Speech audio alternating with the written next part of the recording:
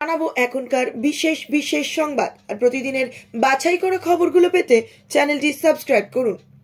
প্রথমেই হেডলাইন্স। পুত্র সন্তান হওয়ায় শহরের সরকারি হাসপাতালেই মোড়ক বলি পরিবারের। পরকীয়া সন্দেহে স্ত্রীকে খুন, গ্রেপ্তার স্বামী। সোশ্যাল মিডিয়ায় ভুয়ো অ্যাকাউন্ট খুলে প্রেমের নামে প্রতারণা, আত্মঘাতী যুবক। 7 ঘন্টা পর লালবাজার থেকে ছাড়া পেলেন নওশাদ সিদ্দিকী।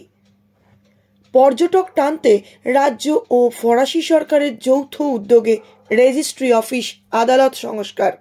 বর্তমানে প্রযুক্তির সময় দাঁড়িয়েও কুসংস্কার পিছু ছাড়ছে না কিছু মানুষের। পুত্র সন্তান হয়েছে, তাই সন্তানের মঙ্গলার্থে হাসপাতাল চত্বরেই মোড়ক বলি দিয়ে বসলেন পরিবার। কলকাতা মেডিকেল কলেজের এই ঘটনায় হুলুস্থুল কাণ্ড।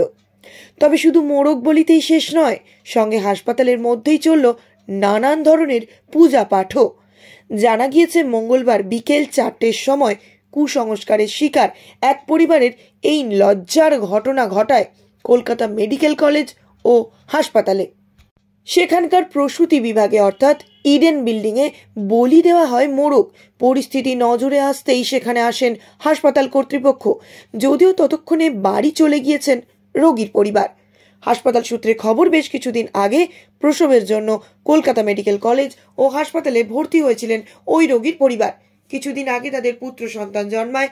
আজ হাসপাতাল থেকে বাড়ি ফেরার পথেই প্রসূতি বিভাগের পিছনের দিকে সন্তানের মঙ্গলার্থে বলি দেওয়া হলো মোড়ক। ঘটনাস্থলে পৌঁছয় পুলিশও, কিন্তু ততক্ষণে হাসপাতাল থেকে বাড়ির পথে রোগীর পরিবার। পরকীয়া সন্দেহে স্ত্রীকে কুপিয়ে খুন, অভিযোগের তীর স্বামীর বিরুদ্ধে। মঙ্গলবার অভিযুক্ত ডেলো রায়কে গ্রেপ্তার করে আদালতে পেশ করেছে পুলিশ। রায়গঞ্জ থানার পানিকৌড়ি গ্রাম পঞ্চায়েতের যুগনিডাঙ্গা এলাকার ঘটনা। মৃতের নাম কণিকা রায়। ঘটনার তদন্ত শুরু করেছে পুলিশ। পরিবার সূত্রে খবর, স্বামী স্ত্রী দুইজনেই চা বাগানের শ্রমিক। ওই দম্পতির 2 ছেলে 1 মেয়ে আছে। অভিযুক্ত ডেলো রায় একটু সন্দেহপ্রবণ ছিলেন, তাই নিয়ে প্রায়শই স্বামী স্ত্রীর মধ্যে অশান্তি চলত।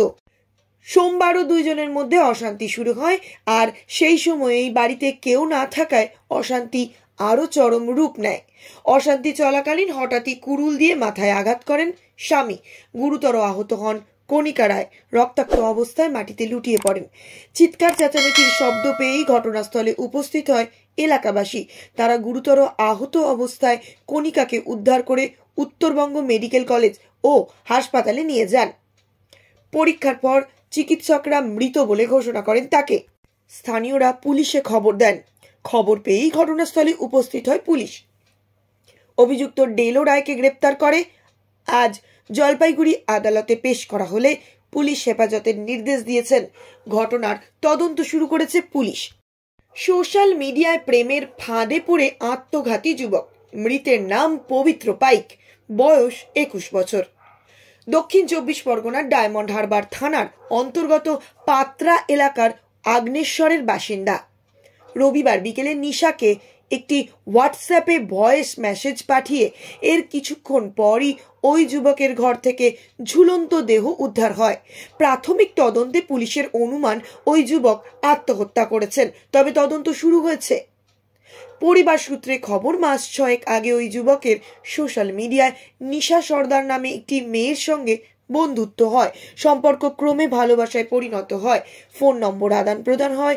এরপরই ওই অ্যাকাউন্ট থেকে বিভিন্নভাবে টাকা চাওয়া হয় পবিত্রর কাছ থেকে। ধাপে ধাপে বেশ কয়েক হাজার টাকা দিয়েছিল ওই যুবক। সম্প্রতি বেশ কয়েকবার পবিত্র নিশাকে বলে দেখা করতে। সংশ্লিষ্ট অ্যাকাউন্ট অর্থাৎ নিশার থেকে উত্তর আসে টাকার বিনিময়ে সে দেখা করতে পারবে। শেষ পর্যন্ত দেখা কিন্তু হয়নি। উপরন্তু সোশ্যাল মিডিয়ায় নিশা নামের অ্যাকাউন্ট থেকে ওই যুবকের কাছ থেকে 20,000 টাকা চাওয়া হয়। পবিত্র সেই টাকা দিতে অস্বীকার করাতেই সমস্যার সৃষ্টি হয়। পবিত্রর ফোন ব্লক করে দেয় নিশা। এই নামে ভুয়ো অ্যাকাউন্ট খোলা হয়েছিল, যদিও পরে ওই যুবকের এক আত্মীয় জানায় বাস্তবে নিশা নামের কোনো মেয়ের অস্তিত্বই নেই। রবিবার বিকেলে নিশাকে একটি হোয়াটসঅ্যাপে ভয়েস মেসেজ পাঠায় পবিত্র। এরপরই পবিত্রর ঝুলন্ত দেহ উদ্ধার হয়। পরিবারের লোকজন সেটি উদ্ধার করে ডায়মন্ড হারবার জেলা হাসপাতালে নিয়ে গেলে চিকিৎসকেরা মৃত বলে ঘোষণা করেন।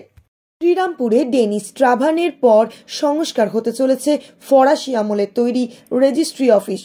দীর্ঘ বছরের ইতিহাস বহন করে আসছে চন্দননগর মহকুমা অফিসের সামনে অবস্থিত এই পরিত্যক্ত বাড়িটি। ফরাসি আমলে এই বাড়ি থেকেই সরাসরি রেভিনিউ আদায়, আর্থিক লেনদেন ও ফরাসি আদালত চলত, যার ঐতিহাসিক গুরুত্ব ভারত ও ফরাসি সরকারের কাছে ছিল অপরিসীম। সেই কারণে পশ্চিমবঙ্গ ও ফরাসি সরকারের যৌথ উদ্যোগে নতুন রূপে সাজতে চলেছে এই ইতিহাস বিজড়িত দ্বিতল বাড়িটি। ট্যুরিজমকে তুলে ধরার জন্য রেজিস্ট্রি অফিস বিল্ডিংয়ের সংস্কার করা হবে। আগামী 2 বছরের মধ্যে এর কাজ শেষ হবে। এখানে তৈরি হবে মিউজিয়াম, লাইব্রেরি, ট্যুরিস্টদের জন্য গেস্ট হাউস, সেমিনার হল ও ক্যাফেটেরিয়া। রাজ্য সরকার প্রায় 5 কোটি থেকে 6 কোটি টাকা বরাদ্দ করেছে এই স্থাপত্য সংস্কারের জন্য, যা আকর্ষণের কেন্দ্রবিন্দু হবে দেশি বিদেশি পর্যটকদের কাছে। পন্ডিচেরি ফ্রেন্ডস হেরিটেজের উদ্যোগে কনজারভেশন আর্কিটেক্ট ঐশ্বরিয়া টিপনিসের দায়িত্ব দেওয়া হয়েছিল ফরাসি স্থাপত্যগুলিকে খোঁজা ও চিহ্নিত করা। পন্ডিচেরির পর ইন্দো ফার্সি স্থাপত্য ছড়িয়ে আছে এই গোটা চন্দননগরে। সেখানে ঐতিহাসিক জিনিসের তালিকা তৈরি করা হয়। সেই তালিকার মধ্যে মোট 99টি স্থাপত্য নথিভুক্ত করা হয় 2010 সালে, যেটা পর্যটনের ক্ষেত্রে বড় মাত্রা পাবে চন্দননগরে। ফরাসি আমলে ফ্রেঞ্চ ইনস্টিটিউট, রেস্টুরেন্ট ও হোটেলে বর্তমানে যা চন্দননগর কোর্ট, ওয়াচ টাওয়ার সহ একাধিক স্থাপত্য রয়েছে। এই ঐতিহাসিক স্থানগুলির জন্য সারা বছর দেশ বিদেশের বহু পর্যটক আসেন। সেই কারণেই এই স্থানগুলিকে সাজিয়ে তোলা গুরুত্বপূর্ণ। মঙ্গলবার সন্দেশখালী যাওয়ার পথে ভাঙড়ের আইএসএফ বিধায়ক নওশাদ সিদ্দিকীকে গ্রেপ্তার করেছিল কলকাতা পুলিশ। 7 ঘন্টা পর লালবাজার থেকে ছাড়া পেলেন তিনি।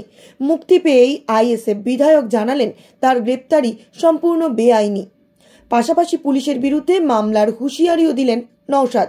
সন্দেশখালীতে যাওয়ার পথে এর আগে সায়েন্স সিটিতেই বাধাপ্রাপ্ত হয়েছেন একাধিক বিরোধী দলের নেতা। এদিন সন্দেশখালীতে যাওয়ার পথে বাধা পেয়ে পুলিশের সঙ্গে বচসা হয় নওশাদের।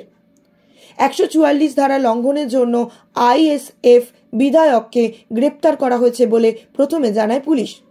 পাল্টা প্রশ্ন তোলে নওশাদ। তিনি জানান, সায়েন্স সিটির সামনে 144 ধারা নেই, তবুও কেন তাকে গ্রেপ্তার করা হয়েছে? পুলিশের তরফে তাকে জানানো হয় সিআরপিসি 151 ধারায় গ্রেপ্তার করা হয়েছে নওশাদকে। এর কয়েক ঘন্টা পর সন্ধ্যাতেই ছাড়া পেলেন তিনি।